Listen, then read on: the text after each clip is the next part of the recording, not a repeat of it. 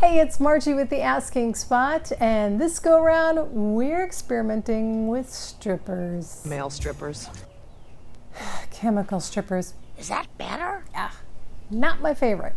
But I've got two curb finds, and one of them's got lots of spindles and details, so that's where chemical strippers really come in handy. So why am I using it on this piece? I know, it would be ideal to use a heat gun on this piece. However, I need practice with chemical strippers, and this piece would also work for that. It's got loads and layers of paint, so I'm gonna give it a shot. Starting out with cleaning it. The weird thing is I think I'm doing this more out of force of habit than necessary. I don't think with chemical strippers you need to, but better safe than sorry.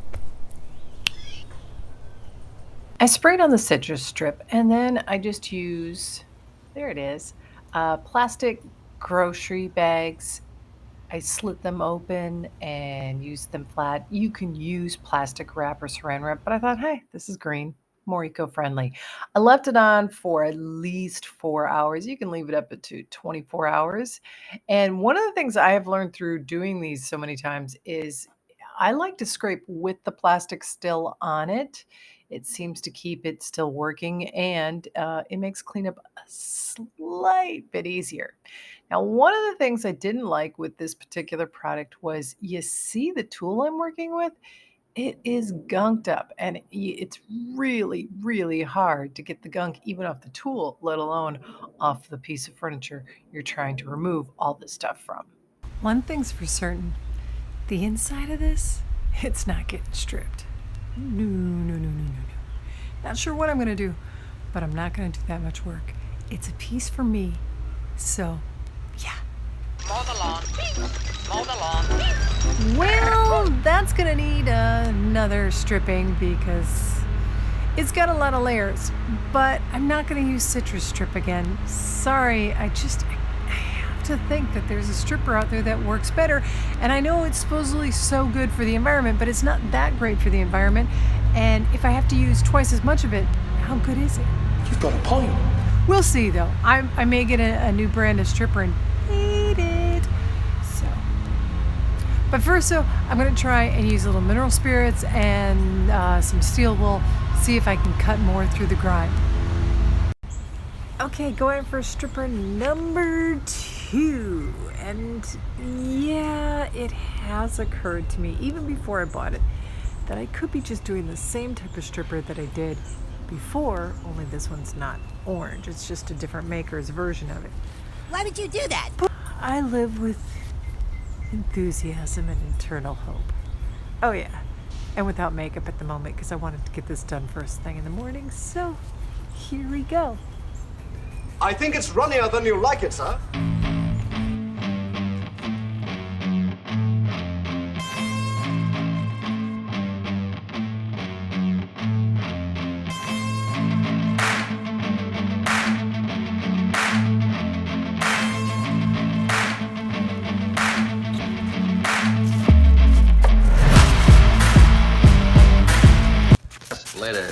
Later.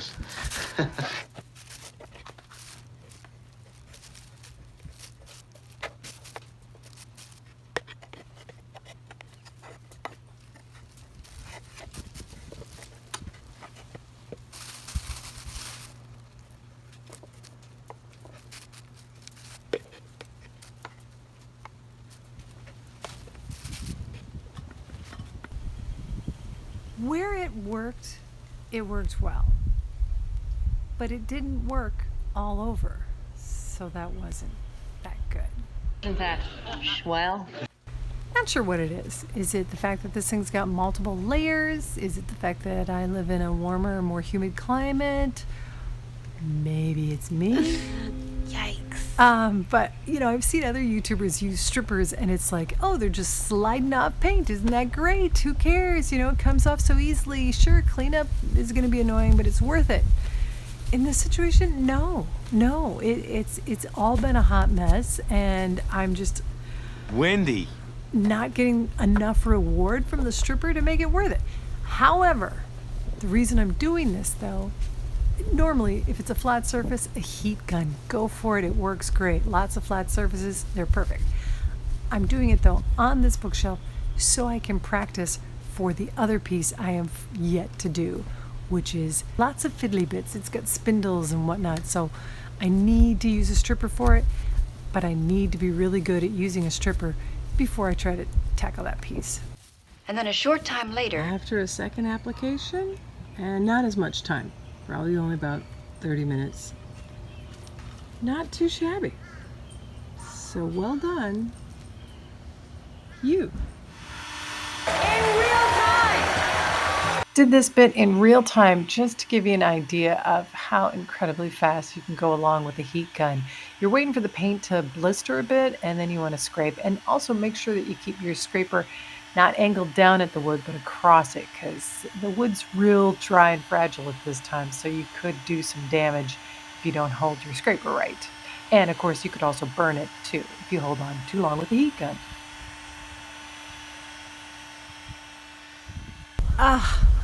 The efficiency of a heat gun.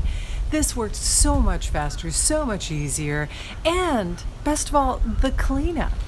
I'm just gonna sweep it up and throw it in the trash. I don't have to go to any great lengths like you would when you use a chemical stripper. Now here's the only drawback with the heat gun that I have found is I wouldn't trust it on a veneer, because I would think that would heat up the glue that held the veneer, and that wouldn't be a good thing if I wanted to keep the veneer. If I wanted to get rid of it. All right, now on to sanding and then some fun stuff.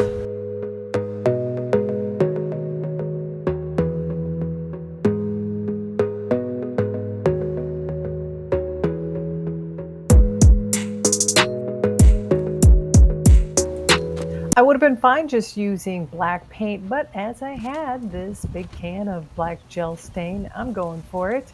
I've done it in a couple other projects, so I'll put links in the description box to those where you can get a little more detail on it. But basically, you apply it, and the instructions say leave to 2 to 3 minutes, but I was able to wipe it off just immediately. And I've tried applying it with a brush. I've used lint-free cloth, and this time I'm going with a sponge roller, and they all seem to work quite well.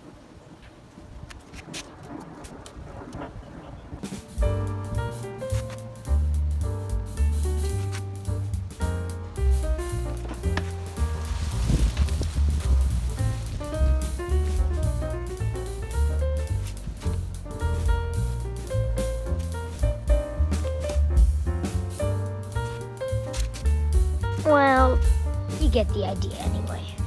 Yes, another piece is getting a floral decoupage treatment. I do love working with this. I will put links in the description below to other versions of this that I've done, because I do them slightly neater or more, depth and explanation on them. But basically, you generously slather on your decoupage medium. I'm using Mod Podge, but you could use polyacrylic if you want, and you can use it in whatever, matte, satin, or gloss that you like.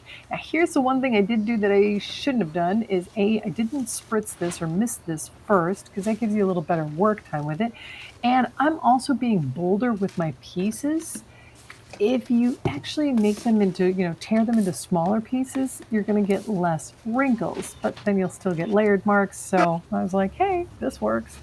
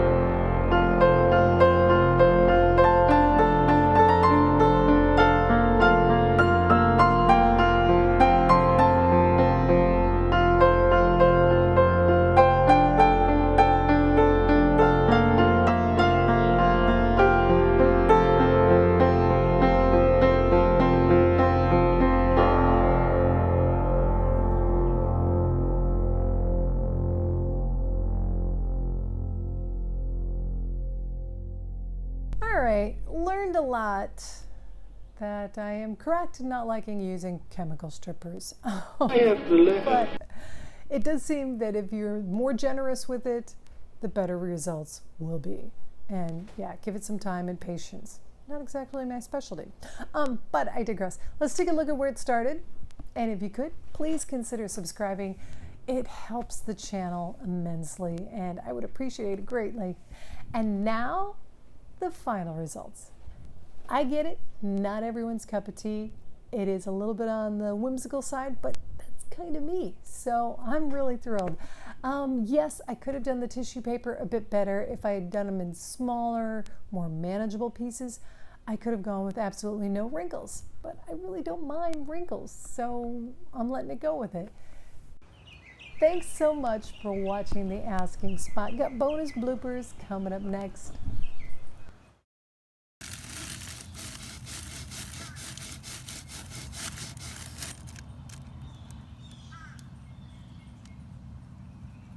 And then on top of it, it's just a sort of a prequel to what I'm going to be doing. Is that the right term? It's a tester. I'm going to be using it to test before I go ahead and take on this beautiful piece that I also got as a curb find. Yeah, I hit the jackpot on a curb find because the family was moving their mom to assisted living. Now, I did let them know as I was taking their pieces, I'm like, you know, Salvation Army will come and pick up these pieces for free. And we have a garage sale in the neighborhood coming up next weekend. Well, they were from out of town, just coming in to help their mom, and they were going to be leaving. So they at least liked the Salvation Army option, and they didn't do the garage sale. Which, by the way, the garage sale made $49. Yeah. I wish I had gone shopping instead at it, but whatever. I have seen other YouTubers make this project. I could clean them easier and actually have the will to want to clean them. And then the other thing, wonder what the mail has brought us. Pros and cons with this. It's really pretty. The skies are blue. And it is both a bird and a plane.